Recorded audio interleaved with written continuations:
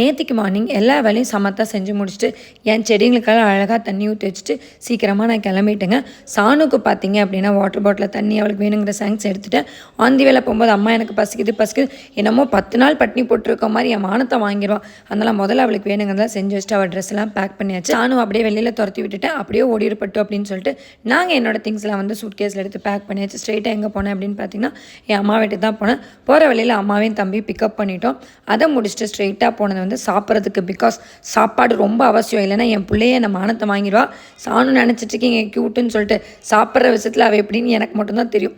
அதனால் ஸ்ட்ரெயிட்டாக as usual அன்னப்பூர்ணாவில் போட்டு லபக் 2 இட்லி வாயில் போட்டு ஸ்ட்ரெயிட்டாக போயாச்சு. எங்கன்னா நம்ம மாறன் குட்டிக்கு பர்த்டே, சுஜி பையனுக்கு பர்த்டே, என் பையனும் கூட.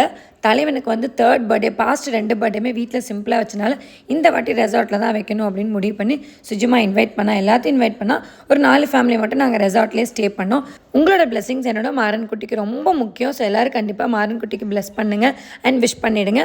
ரொம்ப நாள் கழிச்சு எல்லோரும் ரெசார்ட்டில் ஸ்டே பண்ணாலும் என்னவோ நல்ல வைப்பில் செம்மையாக என்ஜாய் பண்ண மாதிரி இருந்தது ஃபேமிலி எனக்கு உண்மையாலுமே.